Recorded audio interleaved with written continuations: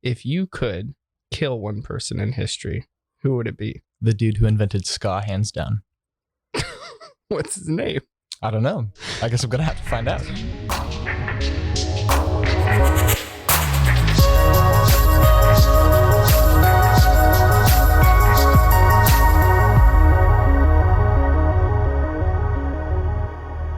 Hello and welcome to the Proclamation Podcast. My name is Luke Nolan. I'm your host, and today we have our guest, Manny Muños. Manny, thanks for being with us. Thanks for having me. Manny has been with Fourscore Coffee since pretty much since our inception in one way or another, and has spent the last couple of years as a barista here, and most recently transitioned into basically only doing art for us. So we've had some pretty cool opportunities to have him do art with us. And I want to start by asking you a question.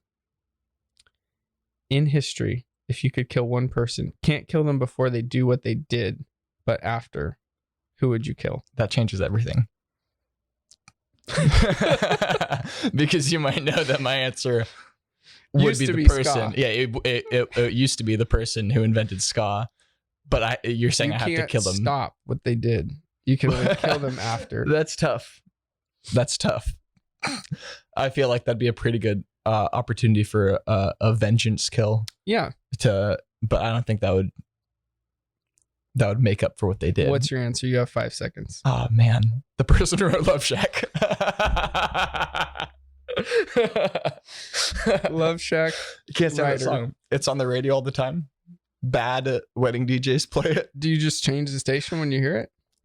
Honestly, mostly I hear it at work, at my 9 to 5.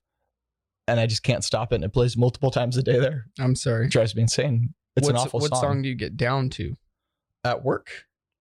Or just in general? In general. Well, I listen to deathcore and emo violence. So it really depends. There's You dance a lot of to there. that? I could. I haven't been to a concert in a while because of COVID. Thanks, COVID. Yeah, thanks for nothing. I'm not a mosher. I want to put that out there. Are you familiar with moshing? Oh, yeah. It's terrible. Why do people do it? I don't know. I went to a wedding where multiple people got hurt by that. They were moshing at a wedding? Oh, yeah. That's awful. I don't even, like I said, mosh at a normal show. I don't get it. And I'm a huge metalhead. Okay. I've been listening to metal. I would not guess that. Since I started listening to, my sister burnt me a Linkin Park CD when I was 12 years old. Which album? Was it a mix? I think it was Hybrid Theory, the Beautiful. their breakout album. Amazing. Classic. Minutes to Midnight. It's probably my favorite. Yeah, I would agree, actually. Question. Yes. Where were you born? I was born in Elk Grove, California. Oh, I did not realize you were born that close to here. Yep. And how has that impacted your life? Not at all. We moved when I was 2 to Newcastle, which is where I currently reside temporarily. You haven't left? Left. Newcastle. No, we've jumped around.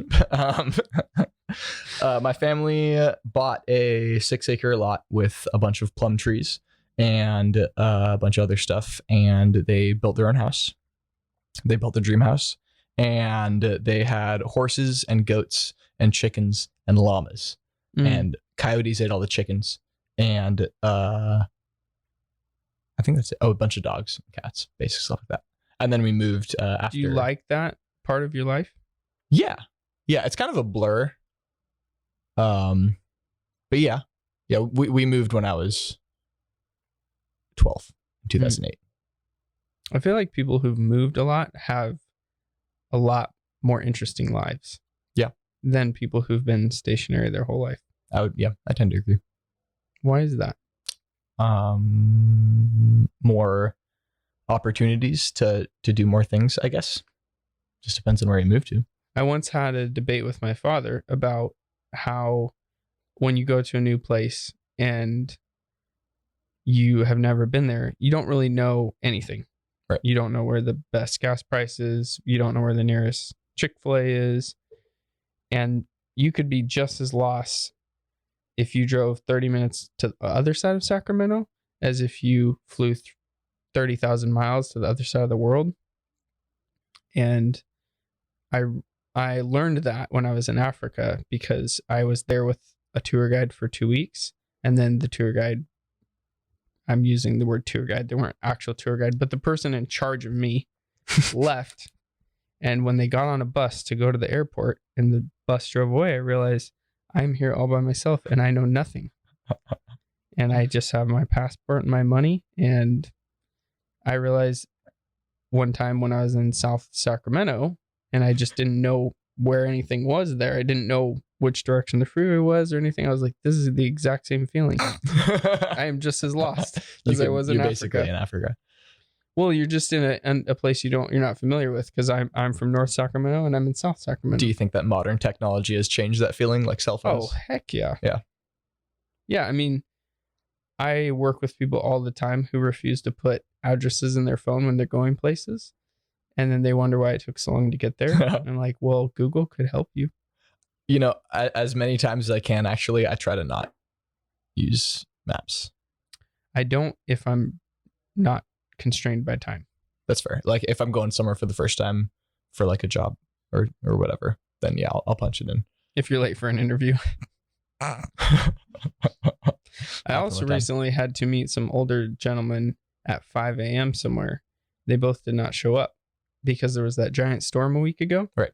And their alarm clocks got shut off because the power was shut off.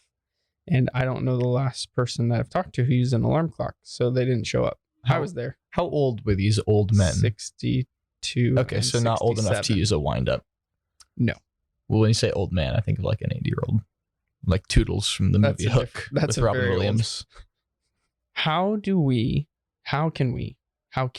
through this podcast, because this is what we want to do. Of course. How can we encourage people to decide for themselves what's right and what's true and not have somebody else, like, we're not going to tell you on the other side of the camera what's true. Right. But how do we encourage the people on the other side of the camera to know what's true? And to seek truth. Right. I don't know. It's kind of hard to encourage someone to seek truth because the truth sucks a lot of times, you know, so it's not something that you can polish and sell. Like, you know, you should find this out for yourself because it'll help you, even though it sucks, like knowing the truth or thinking for yourself. But a way to encourage people on how they can think for themselves, reading more. There's tons of books out there that talk about a lot of things we're going through today.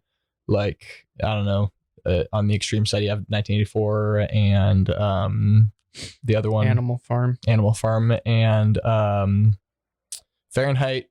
And yes, and the other one, it's in my backpack right now. What's it called? The Orwell one, Brave New World.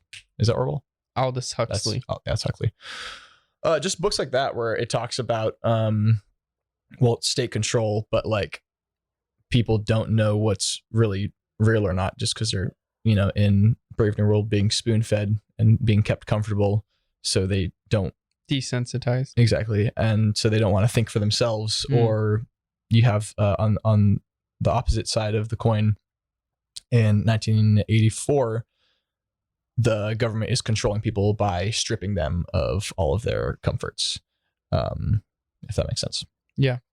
1984 has a special place in my mind because of this place, because while I was doing construction on this building, I was listening to 1984 in my headphones. They didn't have AirPods back then. And I will never forget listening to parts of it while I was putting up tile in the bathroom over there and stopping my work to absorb how like heavy the message of that portion of the book was. So good.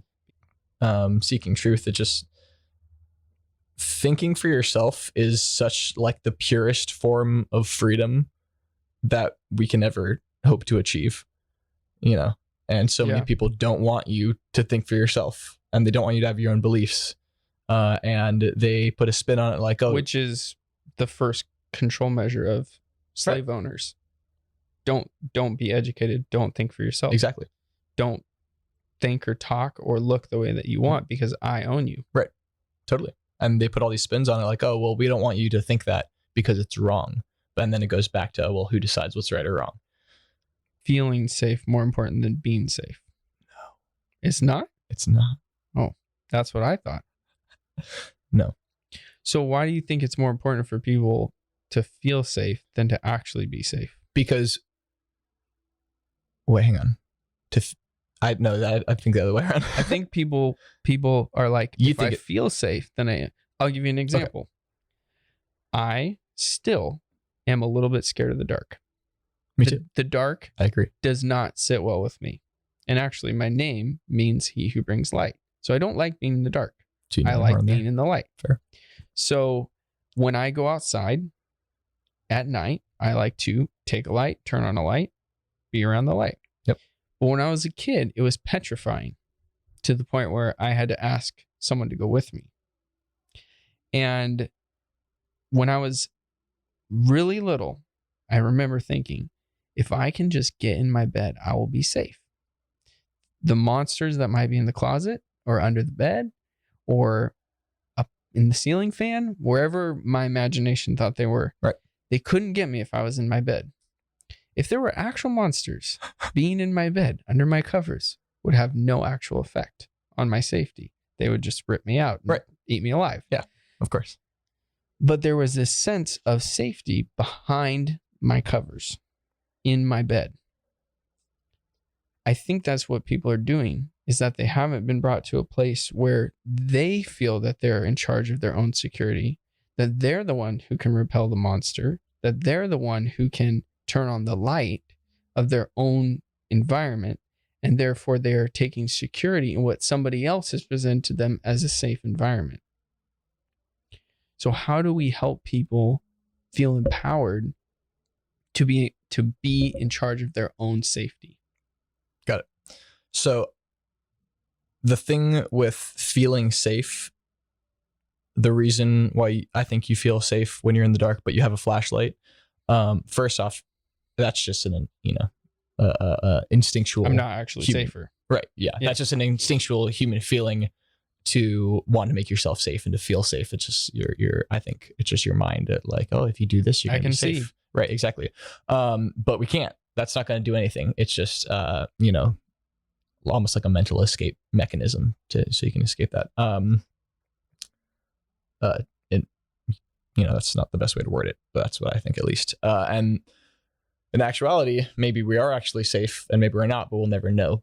The thing is, if we don't know real truth, then we're never going to actually be safe. But if you know actual truth, like, oh, nothing's in the dark, then you shouldn't be scared of it. At least I think that it's a societal issue where the only way we feel safe is when we feel like we're in control. That makes sense. But if our life is out of control, we want someone else to help bring normalcy and control. Right. I.e. the government. Yeah. We want to give our freedoms to someone else in exchange for security. The problem is V for vendetta. Yes. They gave up all of their freedom because the government said we have a vaccine. Oh, exactly. It's textbook. Hitler did the same thing. He took away everybody's guns and said you're going to be safer. Protect them. Yes. Then he started burning people alive. Yep. Yeah. And fortunately, we live in the United States of America where we can, where we have a list of freedoms that are allotted to us, and we can, we should be able to say, you can't take this away from us. I would rather have freedom than your safety. Mm-hmm. But we're on this downward spiral where people are more and more okay with giving our freedoms to the government in exchange for the government's safety, even though we see time and time again that the government is not something that should be trusted. But they do such an excellent job at the DMV that we should know that they'll do a great job distributing the vaccine. Prime example. Like, sarcasm is the lowest form of humor. Why would we trust anybody or any facet of the government? Because look at stuff like that. Look at any public function. Look at what is it, Caltrans, whoever works on the highways, that takes years to get stuff done. And if you look at basic economics, you see that specialization and privatization is the best way to advance in things. Why? Because there's actual, that's a good question. Because there's actual motivation there.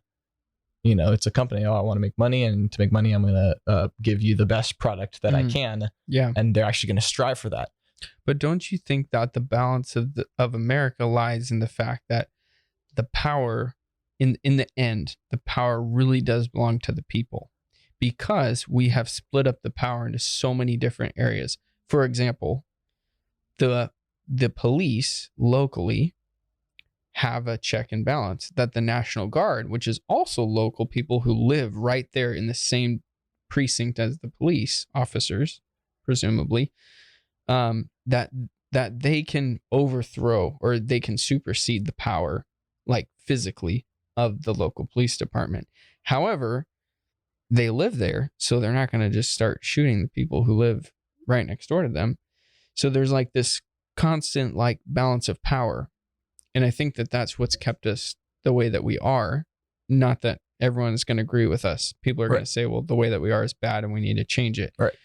But I think that even if we are going to change it, the way to change it is not to get rid of it, but yet to recognize that these balances of power need to constantly be ebbing and flowing. That if one group has all the power to control all the different power channels, then we're not going to have that balance anymore. And that's when they can say, give us your books, give us your guns, give us your children. We're going to go educate them for you.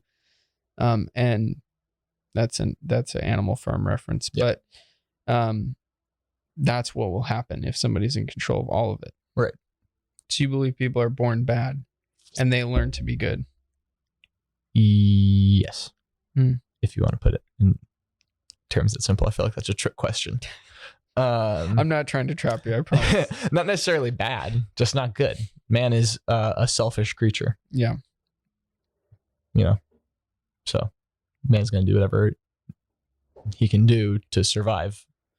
So do you think that at the end of the day, it boils down to each person having the personal responsibility to not be selfish? Yeah. The personal responsibility to not be selfish, protect themselves and their loved ones, which is part of being not selfish. Be educated, think for yourself. But I subscribe to a lot of Jordan Peterson, Jocko Willink, a bunch of people in that kind of category that preach for a lot of personal responsibility, which is how it goes back to thinking for yourself and how people can know the truth. And that's how to do it, is personal responsibility. So you said something about protecting yourself and your loved ones. So I want to shift into talking about relationships. Okay. I think that the way that we can change people's lives is to teach people and encourage people to have more deep relationships.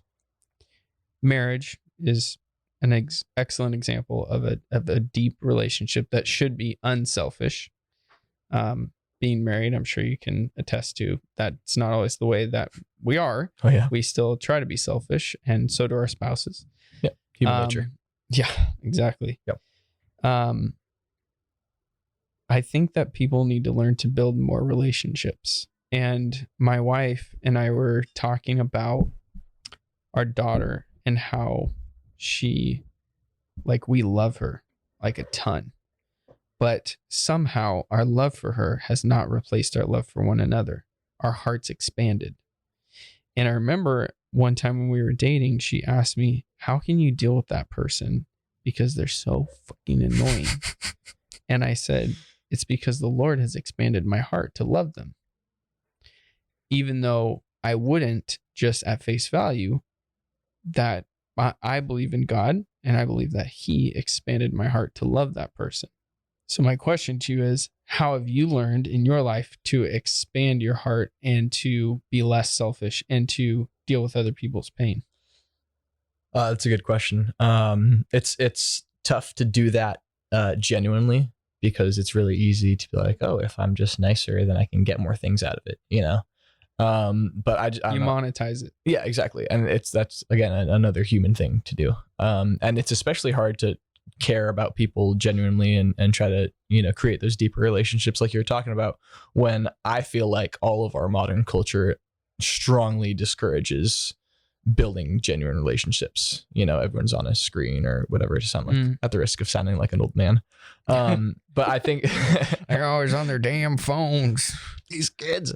But yeah, no, I think that, like you were saying, actually building these genuine relationships and actually opening your heart to care about more people, beyond our own selfish desires and wants or whatever it is. I feel like if you try to practice that, you'll find that you actually will live a much richer life. And it's one of those things where, again, it's not going to necessarily be an easier life, but life isn't easy. You have to struggle to earn things in life. It's kind of just the way of the world, I believe, the way it goes. Unfortunately, and struggle's real, bro. Yeah. If you had to choose between losing your foot or your hand, which one would you choose? That's tough. I'm going to go with my foot. Why? Because if I get a fake foot, that's all I need. I don't need a bunch of fake toes or anything to work all very dexterous. Yeah.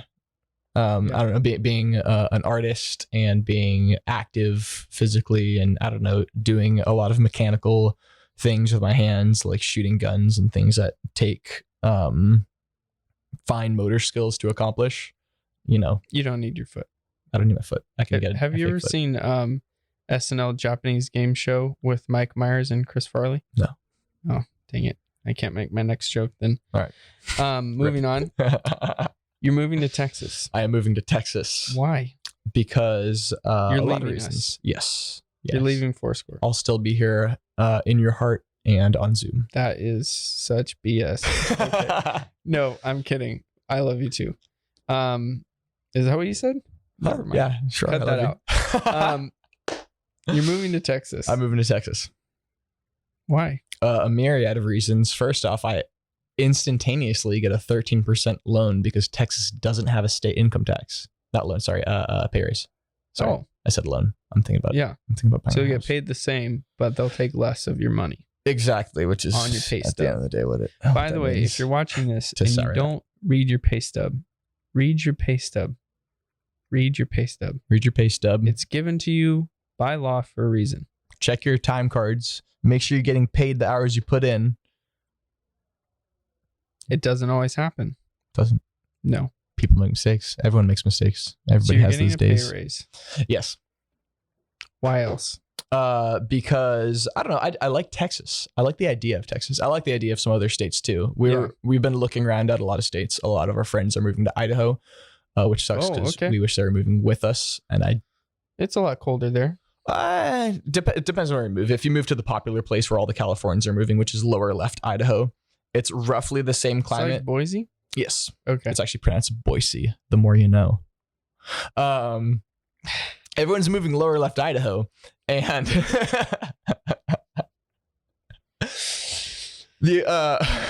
please continue. The economy's kind of the same there as it is here, and the weather. What do you mean the economy's the like same? The housing market at large is kind of exploding? What I mean. Yes, because everyone's moving there, and what's actually happening is when people are trying to buy a house there, everyone's buying these pre-owned houses, and they're outbidding each other on them. But that's happening here a lot. Yeah, exactly. But you can buy a new development for cheaper because no one's outbidding it, it's crazy to think about.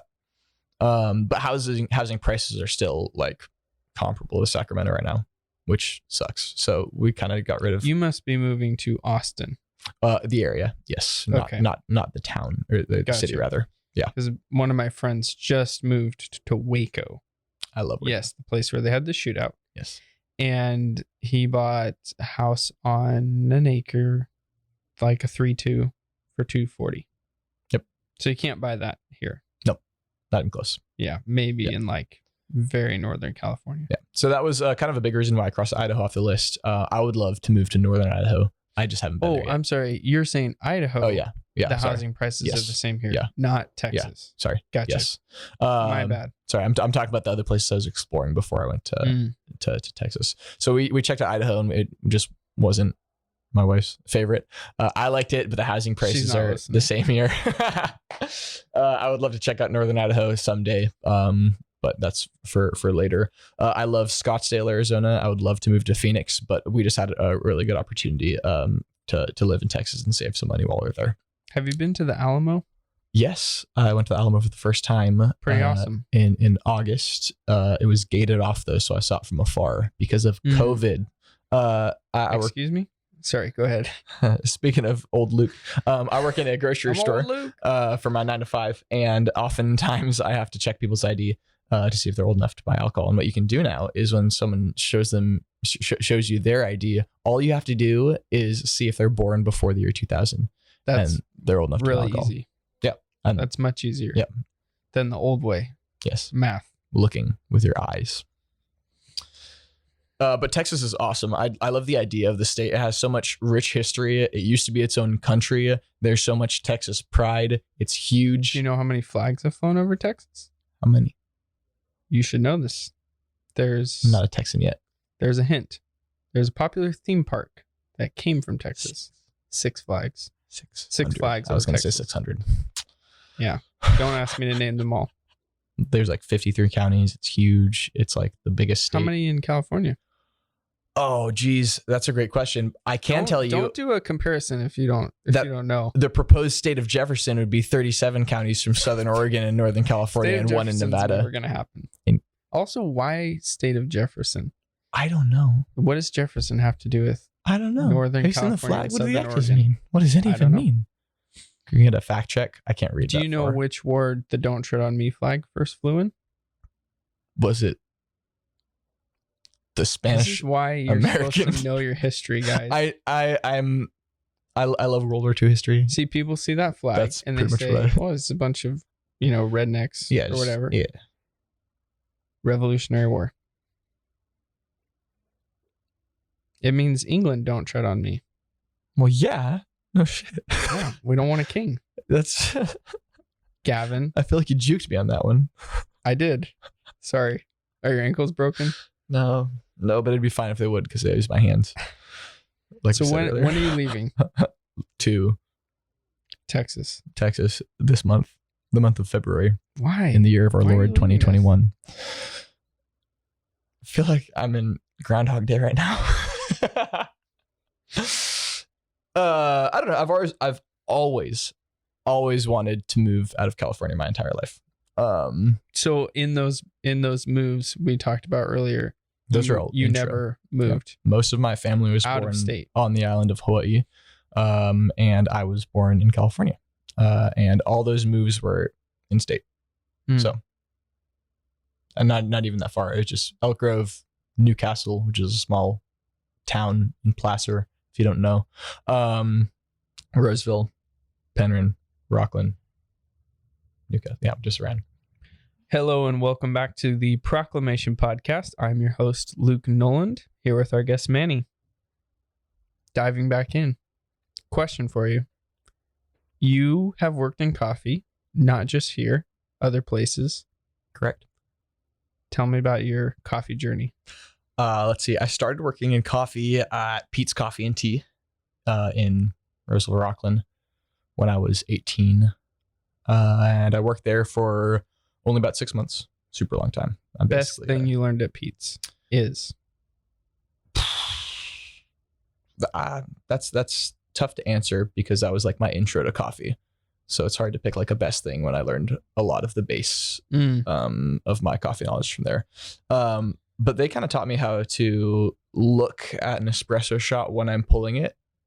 And that was a really good, like that's imprinted my carried that everywhere of watching how a shot pulls and why it pulls the way it does. And other places that I've worked at have taught that, but that was my intro to it. And I can kind of look at a shot now and say, okay, that's done pulling because I know how to do that because that's what I was taught at Pete's. Whereas for some reason specialty coffee, they're all about just measuring it and going by following the science, which is kind of the opposite of how you'd expect it to go from a corporation like Pete's, and then you'd think it'd be the opposite. You'd think it'd be the opposite, yeah.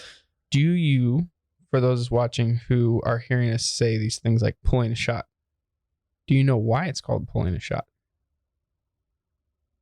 Does it make one shot glass? Mm-mm. Why is it called pulling?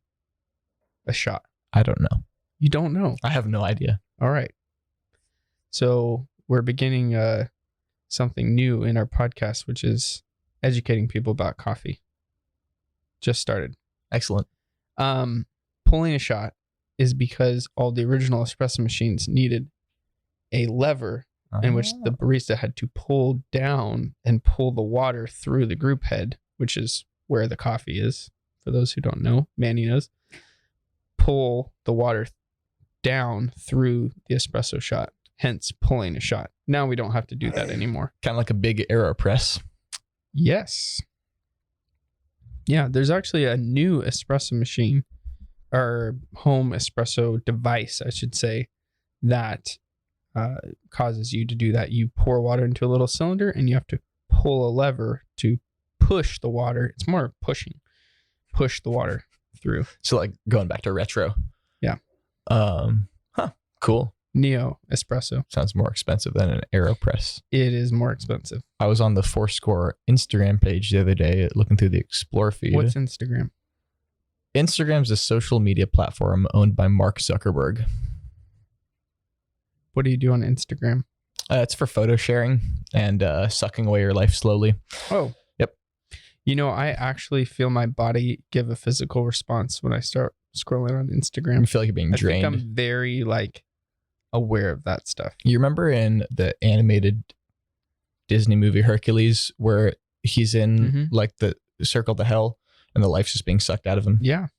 But he couldn't have his life string cut because he was a god. Right. That's Mark Zuckerberg. He's those three old ladies. No, I asked you to explain that because what if 100 years from now someone's watching this? They will have no idea what Instagram is. Most likely. Fair. It will be gone. Fair. Based on history. Good question. It's I don't know. How do you describe a social media platform to someone in the future? So Gary Vaynerchuk. Yes. If you're not familiar, I would highly recommend checking out his content. Gary V-E-E. And he had an episode on his podcast where he went through all these crazy, obscure social media platforms and apps that were available. I'll give you an example that you've probably heard of, Vine, right? Like what Vine was is essentially what TikTok is. Totally. Yeah. Or Reels on Instagram. Yeah. So Gary V basically went through all these different platforms and talked to his 20-something-year-olds. He's about 41, 42, telling them oh, this did this and this did that. And they're like, I didn't even know that existed. And he's like, it was there for a minute. It was hot for a minute and then it was gone. Yep. And crazy. I think we forget that 10 years is a very short amount of time in the big scheme of things. And so even though Instagram's been really, really popular for 10 years, I mean, I remember when one of my best friends got Facebook and I thought, that's stupid. Why would you get Facebook when there's MySpace? And now I don't even know how to log into my MySpace. Yeah, I don't think MySpace is there anymore, is it? Didn't Justin Timberlake buy it? Who's Justin Timberlake? He is a pop singer from the 2000s. Correct. That I asked the question. I know. I flipped the script on you. Okay, you worked at Pete's. I worked at Pete's. You learned a lot. I learned You a lot. learned how to watch a shot while I was pulling. Yes. That's how we got here. Yeah. What did you go to next? I left Pete's after a couple of months to go into actual specialty coffee at a small shop in Roseville called Bloom. And Bloom Coffee? Yes. I worked there, and that was really my intro into specialty coffee. My barista manager was Alec Watson, a local legend who is a barista master, I would say. Super knowledgeable. Absolutely. Just the head on that guy. Just so much information's in there. Just to get it on there. Humble. But humble. And fun. He's going to be a lawyer. Yeah, so 100 years from now, you will know him in history as a famous attorney. You think I'm going to live that long? No, the people watching will live this long. All right. Online is forever. Yeah, so I worked Did you and I ever work together at Bloom? No. Because I worked at Bloom. Right. Yeah. No, we won't get into what I was about to say. No. Nope. I worked there for actually only a year. And then I left to go to Starbucks, just because they'll pay for your school. Yep, exactly. Yeah. And before I started working for Starbucks, while I was working at Bloom, I started doing coffee carts on the side because Bloom doesn't cater or do a coffee cart, to my knowledge. And that was for Valiant Roasters, which is partnered with Fourscore Coffee. And that was kind of my intro to the culture of Fourscore, even though I've known you for a while before then. And then I left Bloom, started working at Starbucks. And the reason why I left Bloom for Starbucks is because they were offering a manager position, which there was no room for at Bloom. And after I got hired on at Starbucks, something happened where I didn't get the manager position, but I took the job anyway just because I wanted something fresh. And then I was there for a couple months and got the offer at Fourscore, and I just realized that I didn't like working for the corporation that is Starbucks. I remember that conversation that we had. Yeah, it's not a coffee job. That's how I started at Fourscore, and that was a while ago now. Why do you think that people view corporations as bad? There's no personality. All the personality that they have in them is kind of artificially injected. It just seems so disingenuous, and everyone knows that money is the bottom line. But I don't think everyone views corporation as bad. Do you? Yes.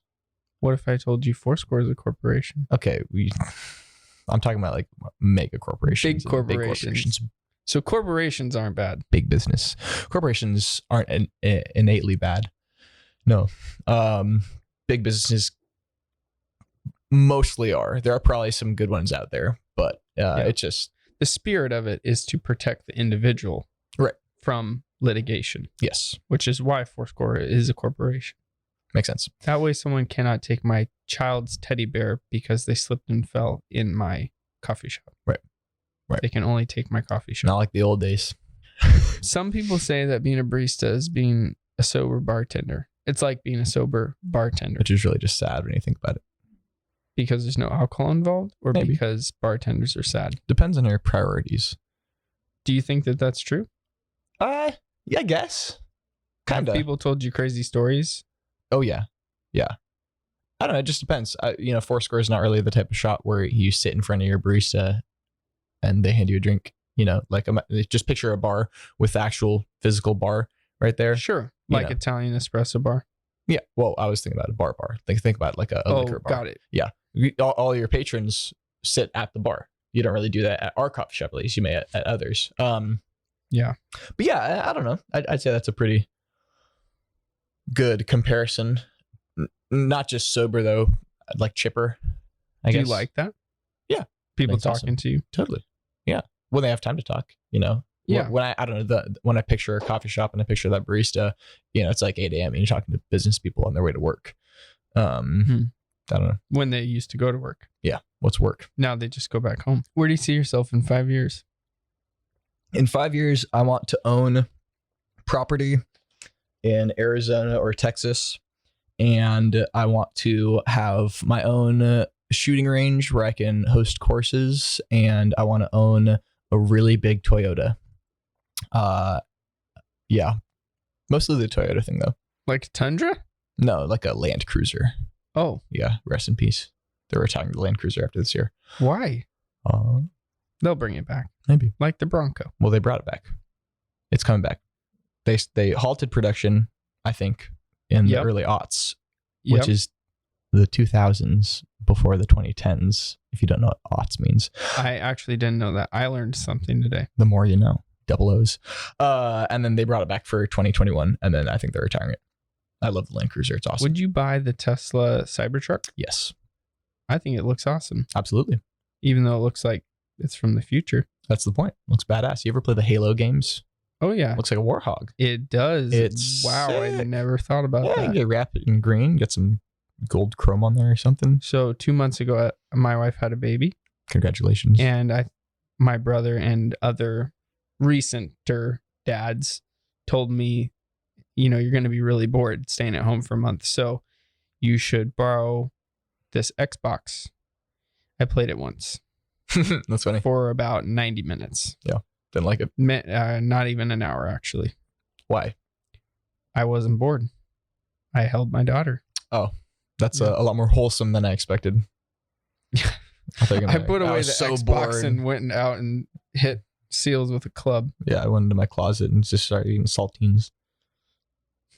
That was super random. That's my go-to. It's a John Mulaney When joke. I worked at Starbucks, they told me you're not going to get paid for 3 weeks.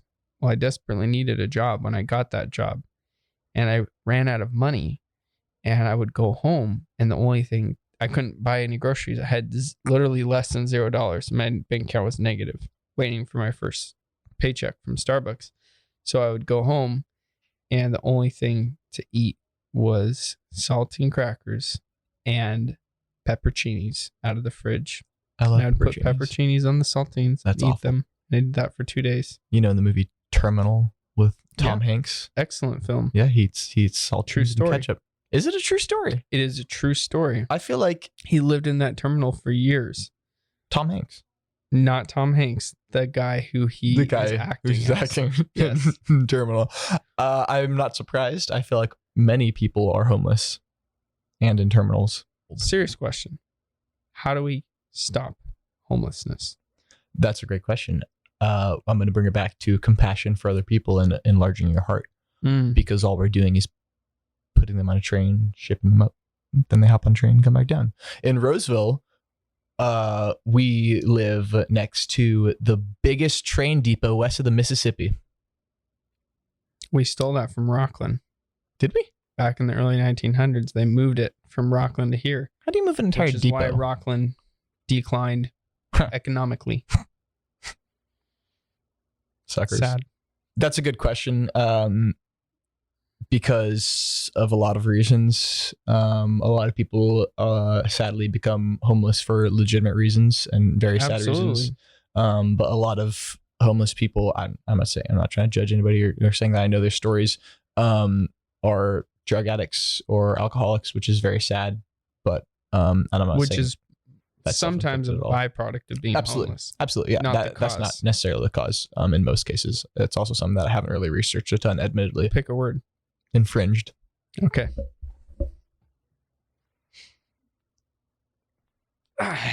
Awesome. This is the Funkin' Wagnalls New Standard Dictionary of the English Language. Are you allowed to say that on air?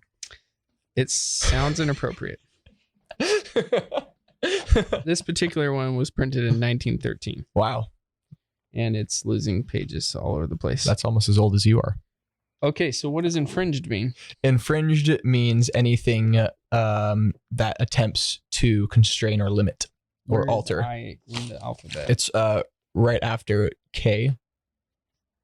Oh boy. Well, now we really have a problem. We can't even agree on the alphabet. Infringe. Funkin' Waggles, 1913. To break or violate as an oath, disregard the requirements of, as a law, obligation, or trust, neglect to heed or comply with as an injunction, trespass upon, or encroach upon. An example being hereditary dignitaries, political inequalities do infringe the rights of man and hence are not to be tolerated. Carnegie, The Triumph of Democracy, page 108. Do you have a dictionary with smaller words? I'm just kidding. No. Thank you for that. Thanks for I like that. participating. Yeah. Did you you been working out lately? That looks heavy. That dictionary will not last another century. It does not It's look like it falling would. apart. Yeah. Hopefully it's on the cloud. I want to close by saying thank you for being on the podcast. Thanks for having me. It's been interesting. It's been a wild ride. It's been a wild ride. Yeah, I'd say so. Mr. Toad's wild ride, which will hopefully remain in Disneyland and not offend anyone. I'm unfamiliar with anything Disney. I canceled them myself. Oh, okay. Yeah. I'm working on deplatforming them, but I'm poor. Do you want people to find you? At this moment, I don't have much for people to find me on. Because you're an artist. So if people want to find you, I want them to be able to find you. So right now I have an Instagram page that I don't use yet. It's called Manoa PMA, and I assume we can put that on the screen because it's hard to spell. I think it's right across our faces right now as we're talking. working on starting a YouTube channel talking about firearms. But yeah, that's pretty much it.